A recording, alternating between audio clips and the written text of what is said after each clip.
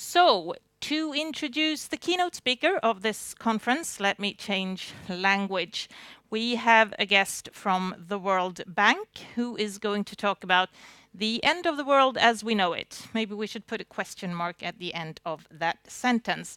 He's going to give us a global outlook in the wake of what's happened. We talked about Brexit, Trump, rising protectionism, also increased polarization and increased inequality.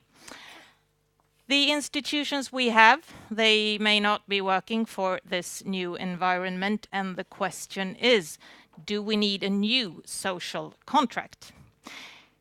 So be prepared with questions and reflections. After the speech, we will have a discussion. Please welcome up on stage Hans Timmer, who's Chief Economist for Europe and Central Asia at the World Bank. Welcome, Hans. Thank you. Thank you so much, and good morning, everybody. Let me start thanking the organizers for inviting me. This is really one of the most interesting venues I've ever been. And to start with a boat ride like this, it feels like being back in school and being on a school trip. It is wonderful. The End of the World as We Know It, that's a pretty catchy title for a talk. And don't credit me for that, because it was actually the organizers who came up with this title. But I'm very pleased to have a talk on this title because it actually makes a lot of sense under current circumstances. Because I do believe that the world will never be the same as we had before, because that is true after every global crisis. And in 2008, 2009, we had a global crisis that followed a global boom. And I truly believe that after that, we need fundamental changes. And that's not for the first time. You can go back to the 1930s, the Great Depression, that followed the Roaring Twenties, a period of deregulation, after some 20, 25 years of globalization also, that started at the end of the 19th century. And after the Great Depression, the world was never the same again. And I'm talking as an economist.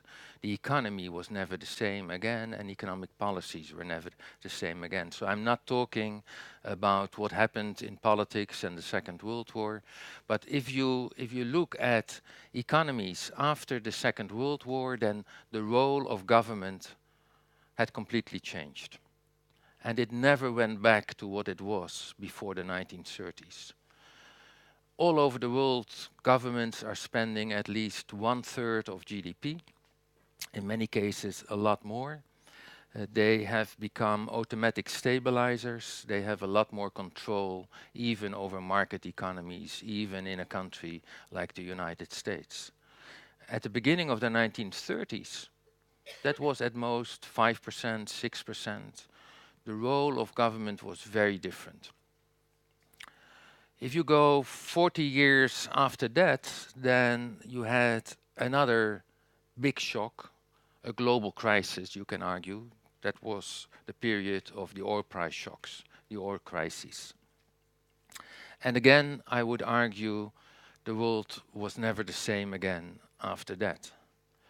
The oil price shock in the 70s, early 80s, they came also after a booming period. That was the period of reconstruction in Europe. It was a period of starting communism in China. It was a period of inward-looking policies, import substitution in Latin America. And all over the world, not only you had a larger role of the government, but you had very little international connections. Partly because there was just not enough international currencies to start trading and to have financial relationships across borders. It was a period of high growth, but very much inward-looking. And like we had seen in the 20s, that a system was running out of steam, was running into its own limitations. That was also true in the 70s. You had a period of high growth, but the growth model was running into its own limitations. As I said, the world was never the same again, and in the 80s it was the start of a new wave of globalization, opening up borders, developing countries, they started joining the WTO, integrated into global markets. In Europe, you saw that capital flows across borders were opened up, leading to a financial crisis in Sweden, as one example. You saw in Eastern Europe the Soviet Union falling apart and the transition countries um, moving towards market economies. And once again, it was a start of a period of high growth, especially in the developed world, sharp acceleration of growth, catching up, and they changed the previous model of growth because it was running into its limitation. I think we are in a similar kind of situation at the moment. We had a booming period driven by globalization, and it is running into its own limitations. It requires changes that are not occurring, and we need a new growth model. And when we are talking about Brexit and about Trump, I don't think that's the problem, but it is a reflection of the fact that we need a new growth model, and somehow the governments, the institutions, are not able to facilitate that. So it is important to realize that this is not just a normal event. Every time when you have bad economic times, then you see that there is political anxiety, then you see that people start blaming immigrants, you will see changes of governments, but then after that you're going back to where you were. I don't think that this is a situation like that. You really need fundamental changes to adopt to a really changed world. So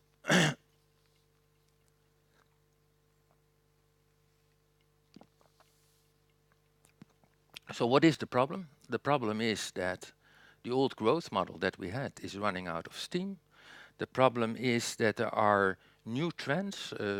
I couldn't follow the Swedish, but it's about technology that is changing the way we work, changing the way we produce, changing the way we do commerce. Those new trends, they have largely been ignored for a long time in terms of what kind of new institutions you need to organize that new way of economic life. That could be ignored during the boom period, because when everything is booming, you don't really need to adjust because income is being generated anyhow. And it was ignored during the crisis, because once you have a big crisis and incomes are falling, then everybody is in firefighting mode. It's all counter cyclical. You don't have time to think about structural issues, but no more.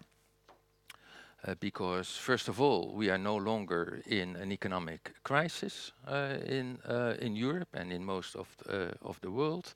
And if you continue with counter-cyclical policies, that actually worsens it because it tends to reinforce the old structure. And so the problem now is, how do you adjust institutions while there is a very strong force to keep the old institutions because they defend vested interests? And perhaps even for unions that might be a problem, and at the end we will try to get that discussion also. I already said there's no longer a crisis, so it's good to remember that when we talk about dissatisfaction and anxiety. It's not because we live in an economic crisis. Unemployment rates in Europe are in many countries lower than they were in 2007 before the crisis. Participation rates in many European countries are higher now than they were in 2007, which is pretty remarkable because everybody thought that participation rate in aging societies would come down because participation rates are lower in older cohorts, and if the size of older cohorts is increasing relative to younger cohorts, everybody thought if you extrapolate, then fewer and fewer people will work. The opposite is actually true. So it's not an economic crisis, but what has changed is the character of the jobs.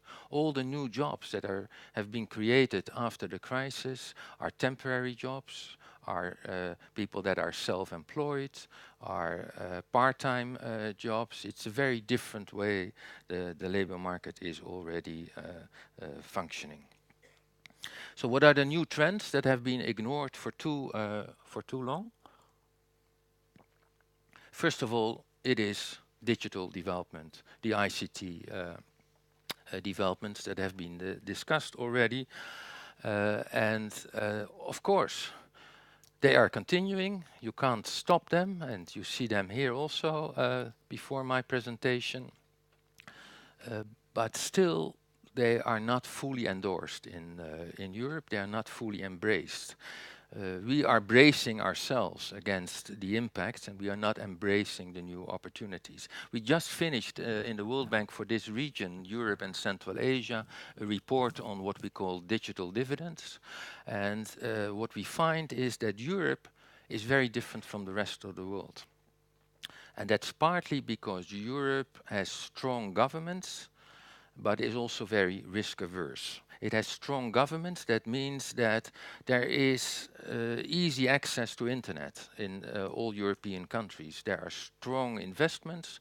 There is a smaller divide between urban areas and rural areas as far as internet access is concerned than in many other parts of the world. And governments are strong because they are regulating the market. There's a lot of competition among the providers. So internet access is cheap also. But Europe is lagging behind in commercial applications of the new technologies. If you look at e-commerce, it's at lower levels than even in Latin America. It's at lower levels relative to the overall GDP than in China and other Asian countries. It's at lower levels than in the United States. And part of the reason is that people are risk averse. They are concerned about privacy on the internet. They use much less than in the rest of the world credit cards, and they have a hard time adjusting to that new mode of commerce. What you also see is that there is a lot more resistance in Europe to the Ubers of this world, the platform economies, the new technologies that changes really competition in markets. A lot of resistance here, so you don't see that. In Europe, there's not a lot of venture capital to stimulate startups. If you look at the 20 largest companies in ICT in the world, starting from Google and Apple and all the others, the largest 20s, it's all American. It is a couple of Chinese companies, 0 companies from Europe. So while in the past, Europe was actually leading in innovation, Europe is falling behind at the moment. So that trend, that opportunity has been largely ignored in the institutions, I would argue, while the impact of the new technologies is being felt also in Europe, because you can't stop it. You can't ignore the consequences of the new technologies, and that you see in the labor market. For example, I already said that a lot of the new jobs are very different jobs from the almost lifelong permanent jobs that we used to know. We did lots of studies looking at what is happening with the middle class in many European countries, and you indeed see that the people in the middle class, people with secondary education, they are more exposed to new technologies because they are working in routine jobs. and they are more exposed to globalization. They work in sectors that are exporting more or are competing more with imports. The people with non-routine jobs, with only primary education or with tertiary education, they are less exposed to technologies because it's more difficult to automate those jobs, and they are actually also less exposed to international trade. So we see the consequences because also the middle class in Europe is under pressure. Those are the people who are losing the jobs. Those are people who are losing job security that they had. But we have no new institutions in place to support the new way of organizing the labor market. What we also see as a trend that has been too long ignored is that we see increasing inequality. And that's not so much increasing income inequality in the standard measures. When you look at Gini's, then nothing is really happening in European countries. But if you're looking at inequality of opportunity, then we see an increase over the last 15, 20 years. That means that success of individuals now more than in the past depends on the success of your parents. So we had a period of democratization, economic democratization after the Second World War, and the idea was that all the time more and more people would have the same opportunities. Already for some 15 years, that has turned around. It depends now on your parents. Probably it has to do also a lot with the inequality in wealth, because we see an increase in the inequality of wealth, which is now being transferred to the next generation also, which means that the starting position of the young generation is very different, and you see that in the results in their schools and in the results in the labor market.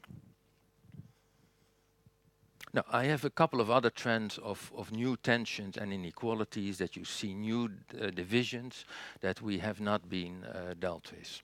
But I promise not to talk too long, and we want to have a discussion. So let me start moving towards what should be done.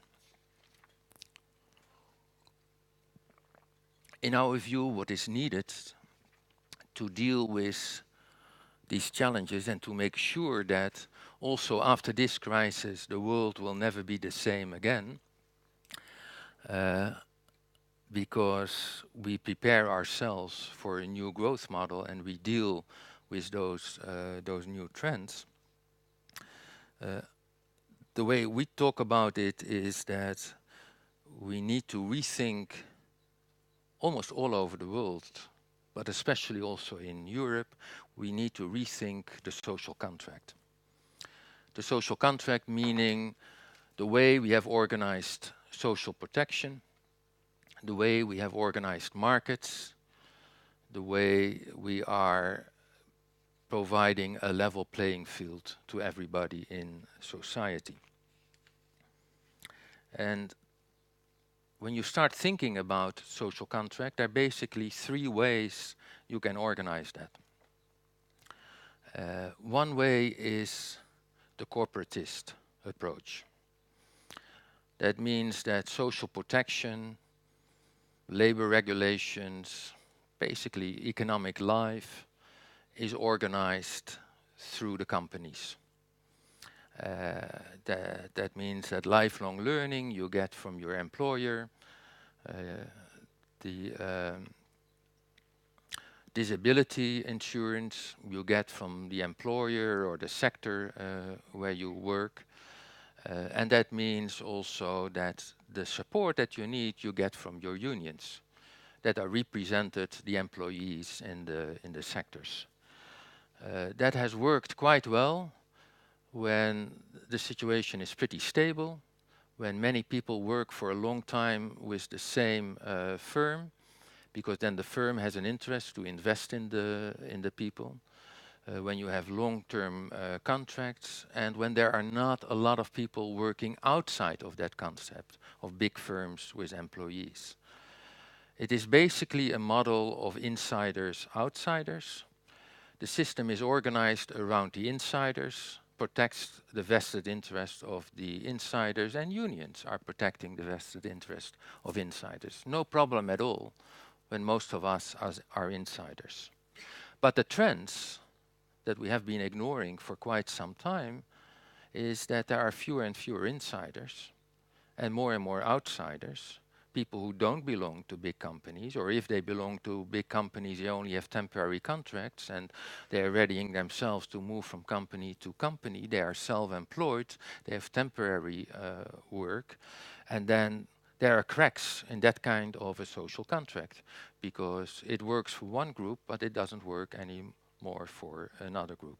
So this might not be the model that you want to continue. The second model of a social contract is a targeted approach. And I link that very much to what we advocate in the World Bank. That basically means that you have a very efficient social protection system focused on the poorest in a society. Very targeted approach, means tested. You are against general measures because that is a waste, because then you give money to people who actually don't need it. That works quite well if there are not enough fiscal resources and you really want to protect the most vulnerable in society.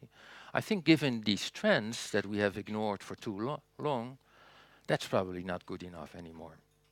Because as we saw, it's actually not the most vulnerable in society that took a big hit because of those technological changes. It's people in the middle class that took a hit. And they suddenly find it difficult to deal with a situation where there's no longer job security. They are the ones that need reschooling, they have to adjust, and they need support. So that system is not working anymore also. And so what probably is needed, and that's where I think ultimately when you look back, the world will be different, never the same again because of all those new changes, is what they call a universal approach. And I actually think that Scandinavia is a good example because there are lots of elements of a universal approach in Scandinavian politics, but it means that you set up systems that apply to everybody, whether you're poor or not poor, whether you work or you don't work, whether you work in big companies or whether you are self-employed. It tries to create for everybody a level playing field.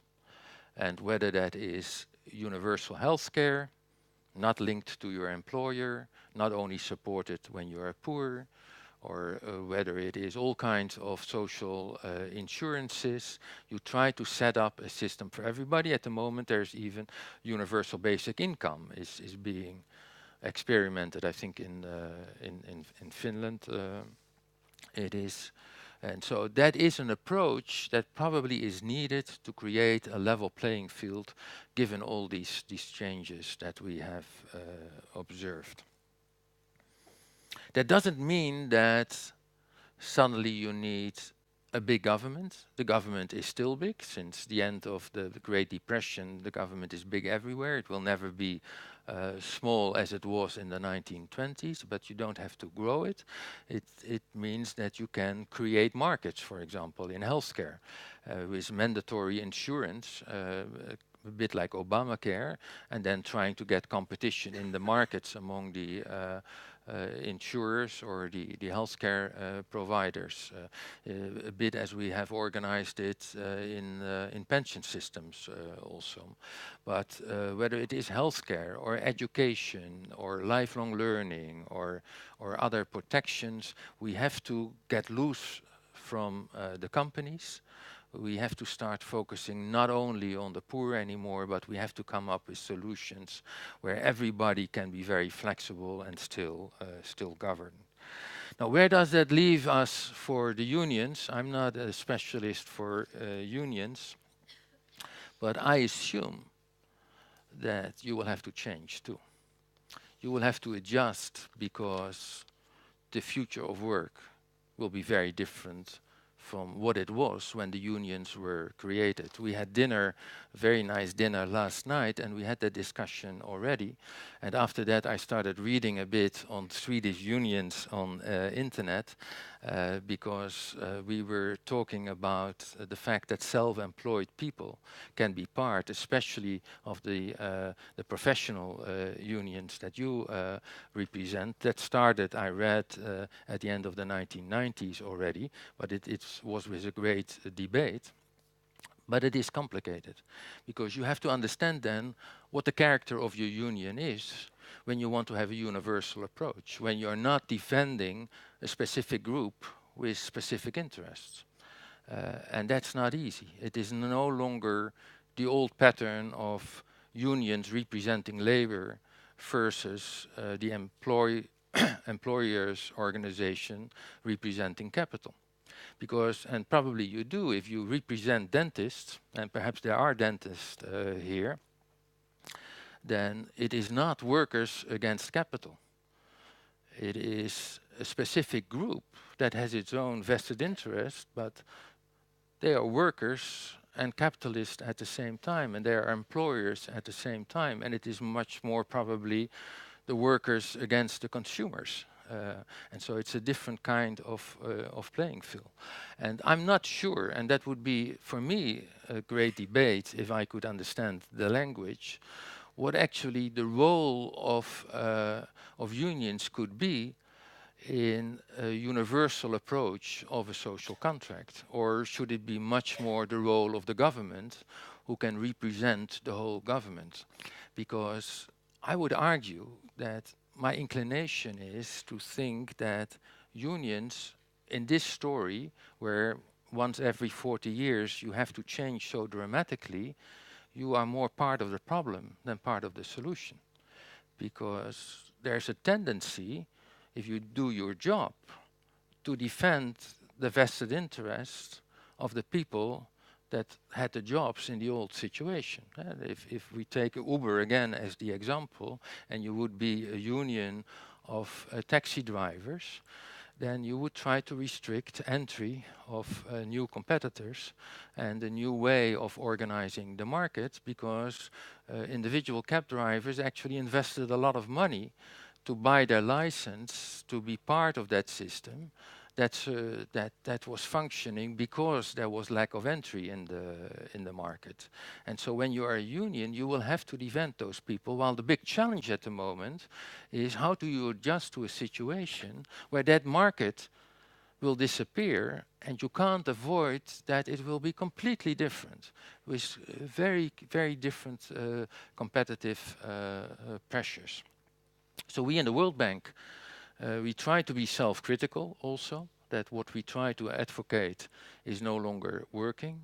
We are working a lot in countries that are much less developed than Sweden, but even in those countries, you see that these challenges of changing labor markets, the global value change that are emerging, are really changing the way they can organize and should organize societies. And again, let me repeat, I do think that the world will never be the same again. This is once in a lifetime, at least once in 40 years, that you will see dramatic changes. And if we fail to change, then I think the story of Brexit and Trump will become even more serious. But let's open it up for discussion, because this is not a topic for a presentation. This is a topic for debate. Thank you very much, Hans. Thank you very much for this presentation. And as you say, it's a lot of things to debate. If we just keep to the role of the unions and your dinner conversation last night, did you give any advice to Göran last night, or? No, so what I think is that whether you are a union or another organization or the government, you really should think ahead now. The biggest problem now is that policymakers are falling behind the curve. And they're trying to protect what was there, Or even in the case of Trump and Brexit, they try to suggest that you can go back in time, while it will not be possible. So you have to jump ahead. You have to think on how the economy will work. Labor markets, but it's a lot more than labor markets, and how you should organize those markets, and what are the different groups that can create a balance, and what your role in that new world would be, and then think how you can transition to that new role, and how you can still support people that will be hurt by that transition in that transition. How can you support the people but not the jobs? And that means for me that you probably have to think how can you start representing much broader groups of people that are irrespective of how they work and where they work and how flexible they are and how they move from one place to the other, but how does it make sense to organize those people and give them more security even if they have no job Which security is a anymore? tricky one because they have different desires and different environments. And And so then you have to think about what is the common denominator, and is there a role for a union? And I think that discussion is a lot more important than the discussion how can you still protect what you had and how can you slowly make small steps, because then you're falling behind. And especially on the 2 days like today, you have to imagine how the world will be 15 years yeah, from now. you have to raise your view and Yeah. think of big change instead of Yeah, small and steps. sometimes we have these discussions in the World Bank, and it's like any organization and bureaucracy. There, it's like a living entity. It tries to survive, but at some point, you must realize that perhaps in the future there's no World Bank anymore, So and this is perhaps the that's end good. of the World Bank as we know it. That could be the end of the World Bank as we know it. That's we worked for poorer countries, and then if there are no poor countries anymore, is there still a role? And there could be or not. And that's a lively That debate. sounds But like a that really might be interesting one. that might be for unions also. It might be that certain unions, they don't really have a role anymore in the future. And if you look at other countries, they are actually disappearing. Only in the Nordic countries, you still have participation rates of 70%, but in most of Europe, it's 20% or less. Yep, it's And so certain kind of unions might, 15 years from now, be actually not that important anymore. But there might be a huge need for another kind of union, because all those flexible workers, there's lots of anxiety there, and they need some kind of representation. but it's a hard homework to come to the solution that we don't need us anymore. I'd Yes. like to be invited to one of these roundtables at the World Bank where you discuss whether it's the end of the World Bank or not. Could I come? Yes, of Good. course. So you also mentioned the universal basic income. That's a discussion here. They're trying it out in Finland, as you said, and it's also a discussion here in Sweden. Is that a good idea, you think?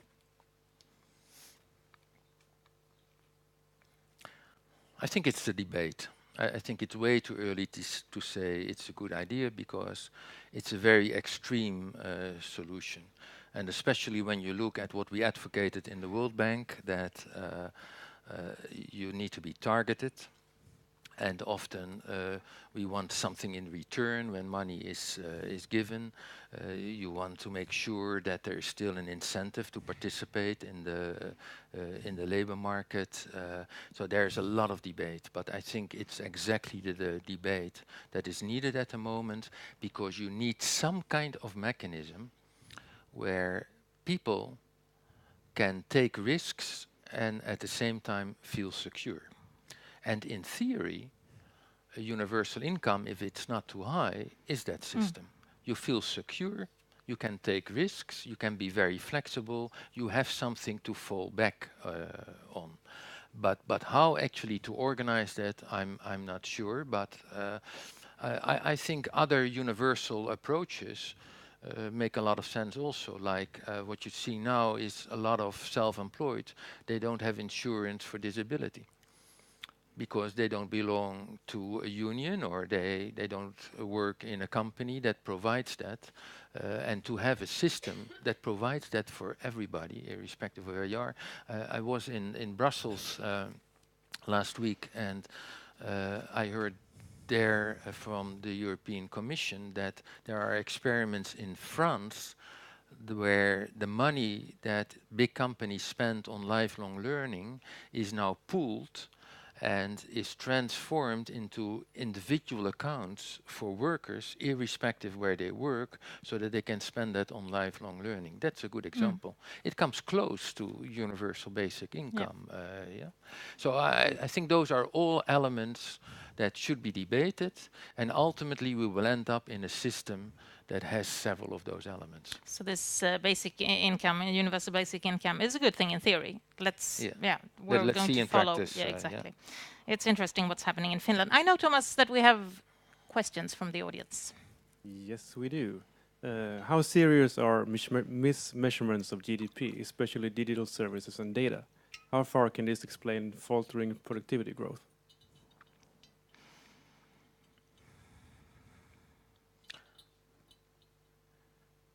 I think they're serious. I've been very skeptical for quite some time about the studies that try to explain the productivity impact of ICT, where sometimes they find it and sometimes they don't find it.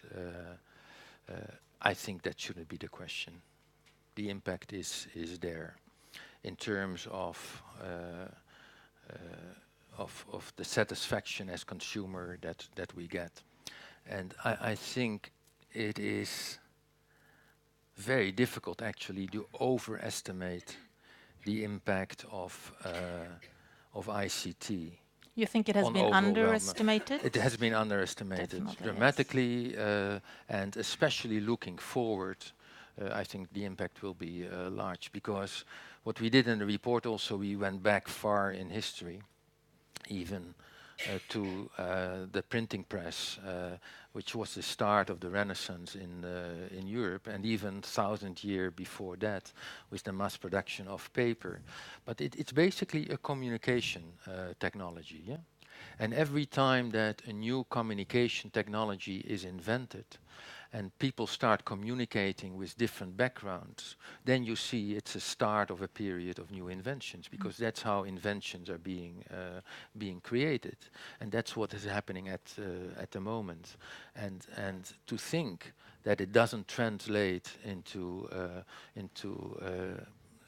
TFP or total factor productivity, I find not that interesting. So underestimated for effect, Underestimated, ICT. yeah. I think we have a question in the audience. You could get a microphone, yes, from Jenny. And please present yourself. It's not anonymous when you do it like this. Tapio Salonen, Malmö University. Thanks, Hans, for your presentation. From a Swedish perspective, I'm a little bit puzzled about this new growth model. The GDP in real terms have risen tenfold in Sweden since the Second World War. Since the year 2000, it has grown with over 50%. The so-called crisis in 2008 and 2009 was a small bump in a Swedish perspective. Why should Sweden think different? So you don't think we need a new growth model, basically? No. I haven't heard any real argumentation for have a shift. Right, let's see, Hans. Yep. Sweden maybe is the exception. And if that's true, then I'm right that perhaps part of the solution is to be found in the experience of the Nordic countries, which have more of a universal social contract than other countries. That might be true, so that you are more able to absorb the new technologies. So that might be true. I'm not completely convinced, because I think that also Sweden even if it was just a small bump, is now on a somewhat lower growth path than it used to be. Although it might be underestimated. It's not true. You say, okay, so then you might have a better system to absorb these new technologies and the new ways of organizing it. The fact that more people feel represented and supported, because many people are member of a union, because the fact that even self-employed people can be member of a union is a good example. I see in many other European countries that people feel lost. There is huge anxiety. To cope with a lack of job security is something that is very, very difficult. But and they we do feel have that the that in system Sweden as well. and they feel that the system is just not working anymore from them. And you have a party here that is not that different from Trump or from the sentiment behind Brexit, which is now 20%. Now that might be all very different from this story. It might be all immigration and a very specific problem. My experience in other countries is that the story of the immigrants is just a reflection of anxiety that's coming from other problems.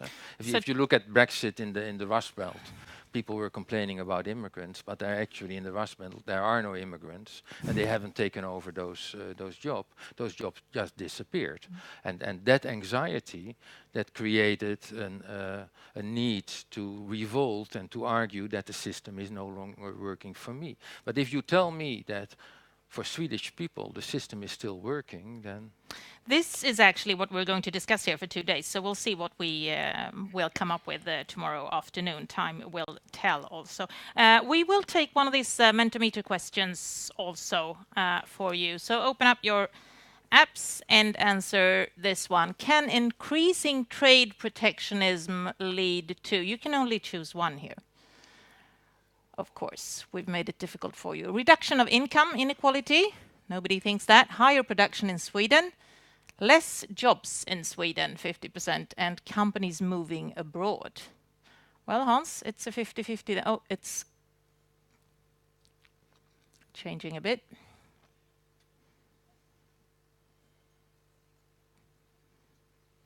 Very big changes here. It's very interesting. So now a majority of you think that it's going to lead to less jobs in Sweden. Do you agree, Hans? this is very interesting.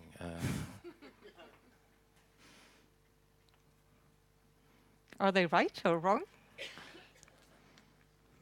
I think here you're wrong. Obviously, it won't lead to less jobs. It will lead to different kind of jobs, and you will have to adjust to that.